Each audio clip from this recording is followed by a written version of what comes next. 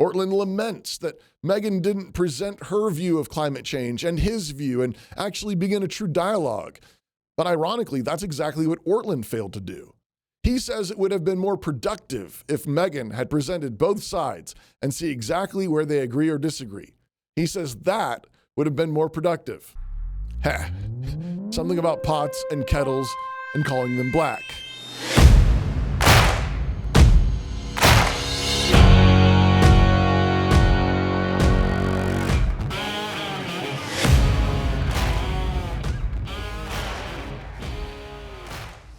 Introduction.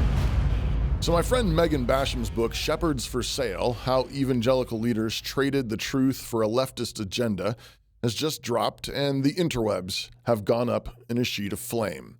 When I started writing this, the book was sitting at number 17 on the Amazon sales list, and hopefully this article, this episode, convinces another handful of folks to go out and buy their own copy now. This isn't a full review. This is just a brief excursion into the initial fray caused by the book, and as it happens, tied to Basham's work in Chapter 1. Chapter 1 is on climate change and the ways evangelical leaders have been suckered into that particular leftist agenda piece. One of the characters that figures in the chapter is Pastor Gavin Ortlund, who dropped a video earlier this week arguing that Basham had misrepresented him in Chapter 1 of her book when she critiqued a video he published a couple of years ago about climate change. The sitch.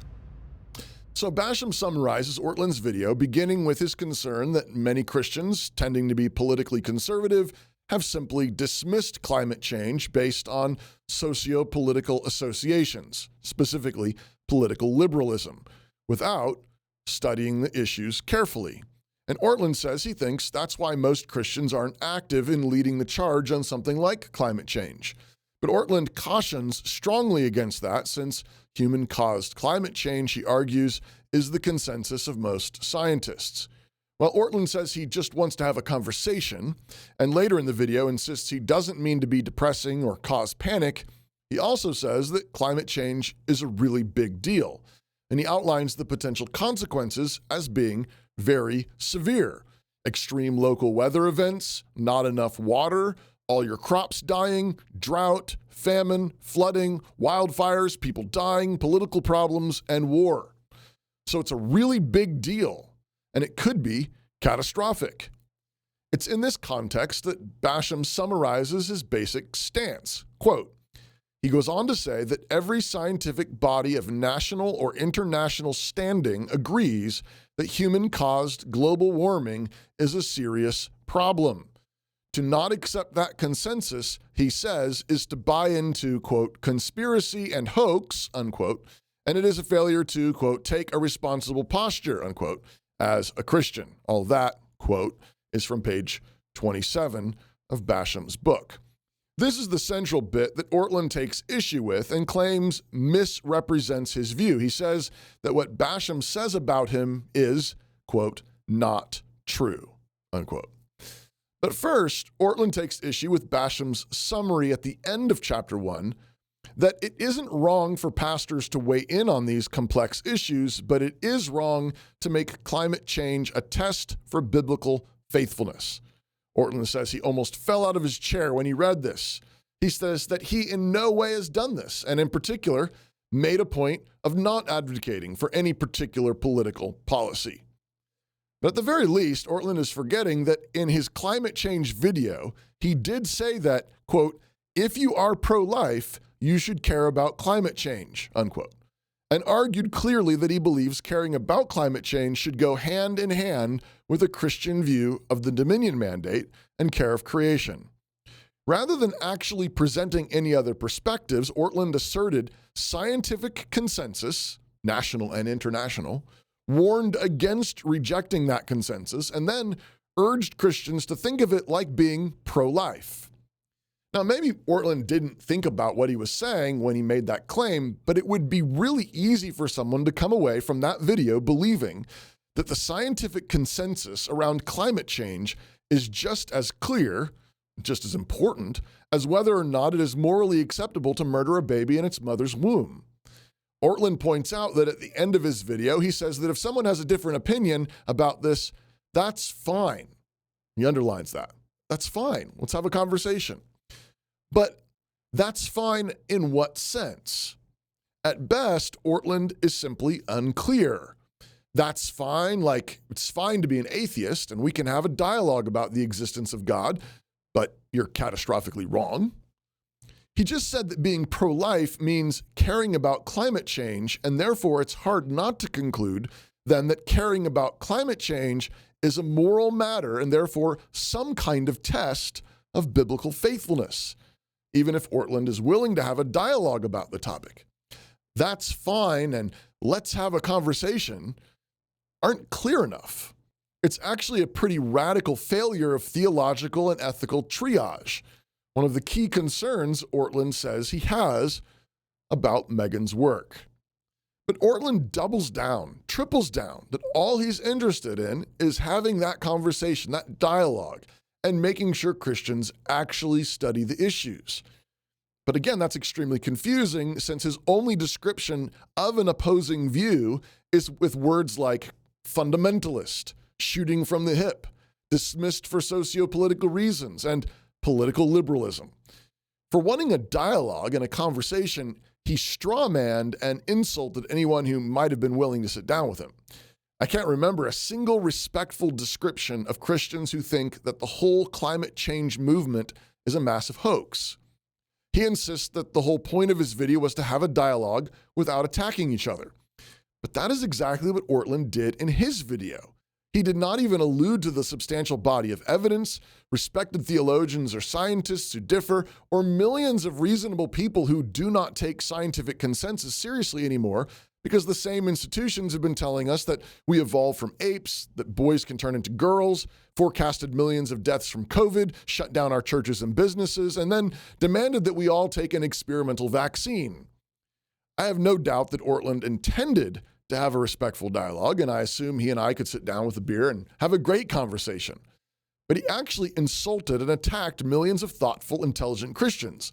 And the fact that he doesn't know that he did so means he is doing exactly what Basham was pointing out.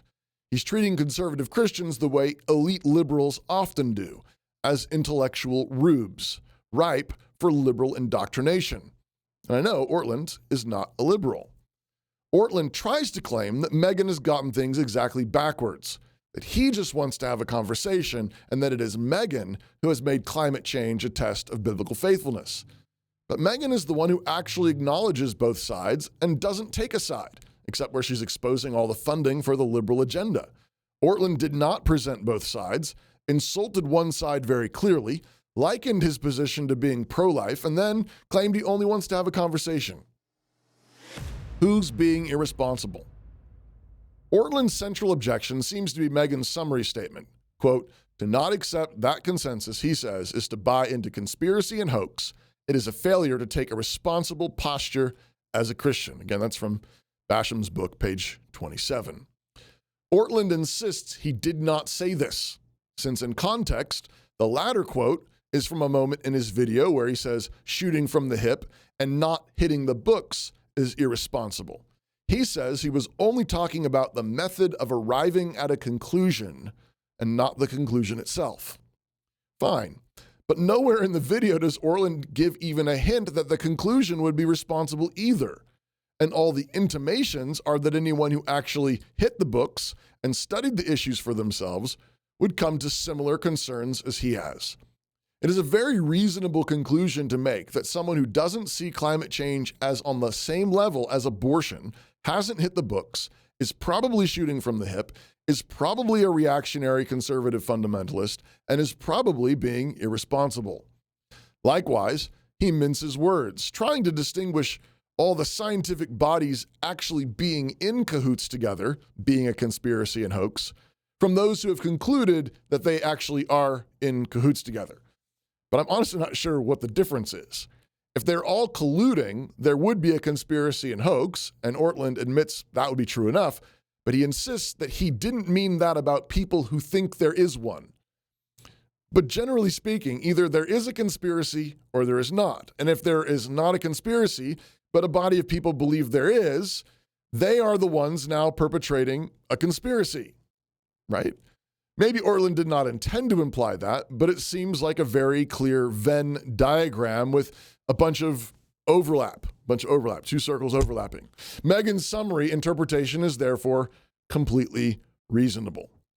Ortlund says that Megan's summary of him is bearing false testimony, but that's simply not true. He's made these claims without any substantial defense of alternative views, leaving viewers to reasonably conclude that being concerned about the extreme possible repercussions of climate change is a really big deal, as big a deal apparently as abortion, and certainly given the impression that conservative Christians who do not view this like him have probably not hit the books, are probably being irresponsible, and they probably think the scientific community is in cahoots on these issues, which is probably a fundamentalist hoax. Conclusion. Yes, Ortlund does say he doesn't intend to shame people or create despair in people, but this is simply incoherent given the alarming descriptions he gives of what might happen if we don't do anything about climate change. Ortlund laments that Megan didn't present her view of climate change and his view and actually begin a true dialogue. But ironically, that's exactly what Ortlund failed to do. He says it would have been more productive if Megan had presented both sides and see exactly where they agree or disagree. He says that would have been more productive. Something about pots and kettles and calling them black. He also wonders why Megan didn't call him before the book went to press to discuss where they differ or to clarify his views. Again, the same thing could be said back to Ortlund. Why didn't you interview climate change skeptics? I mean, you could have at least quoted from some of the scientists and scholars that have raised serious concerns and objections about climate change claims. I mean, when you hit the books and really studied the issues, you read a bunch of the opposing views, correct? You didn't just watch a bunch of liberal propaganda and assume the conservative critics were irresponsible conspiracy theorists, did you? So why didn't you present both views, Mr. Ortlund? Yes, the truth matters, but Ortlund's protests are silly. Megan's claims are fair and reasonable. This is why I tweeted, quote, "At best, Gavin doesn't understand the war we are in. If he did, he would completely understand why Meg Basham used him as the example she did. But his Bambi in the headlights refusal to understand while warning against the danger of fundamentalism suggests it's far worse." Ortlund spends the last half of his response video claiming that Megan's work is a failure of theological triage, a failure to delineate clearly the levels of disagreement or agreement.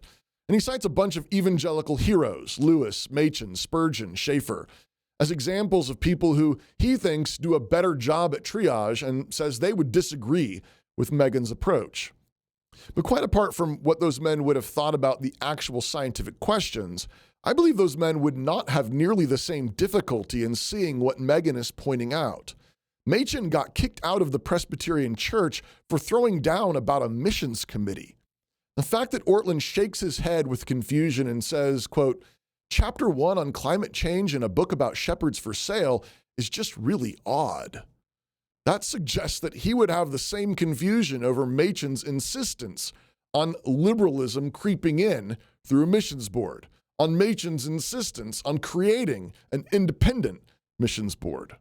Of course, the truth matters, and of course we must tell the truth, as Megan did. But for some reason, Ortlund cannot see the massive threat of climate change propaganda Megan lays out in the rest of the chapter. Even if he thought she had drawn some wrong conclusions about his particular views, a faithful pastor would appreciate why and how she could have done so. The fact that he doesn't understand how what he said in that video is just fodder for leftist activists demonstrates that he is for sale. I take him at his word that he has not yet been bought, but he is certainly flirting with it. He cites one chart in his original climate change video alluding to 50 million years ago, and a quick scroll through his other videos suggests he denies a worldwide flood, and it seems doubtful that he believes in six-day creation. I certainly don't believe Ortlund intends to be for sale, but no one ever does. The sign often goes up on our backs at first, and the enemy feeds us crumbs of respect, bitterness, intellectualism, resentment, disappointment, and fame. and only little by little do good men sell out. But meanwhile, shepherds are not guarding the flock. If Ortlund cares about guarding the flock, which I assume that he honestly does, he would do a new video granting the reasonableness of Megan's concerns and explain all the dangers of climate change alarmism and how the scientific consensus has often led Christians down dark paths of political and spiritual oppression and destruction. At the very least, if Ortlund really is interested in a conversation about climate change, he should invite Cal Beisner onto his channel and actually have that conversation he says he wants to have. But until then, his video is an attack on faithful pastors and scholars like Cal Beisner, Beisner's colleagues at the Cornwall Alliance, and millions of faithful Christians who have been talking about these issues intelligently for decades. But a refusal to do that calls into question Ortlund's sincerity and only underlines the need for Megan's book.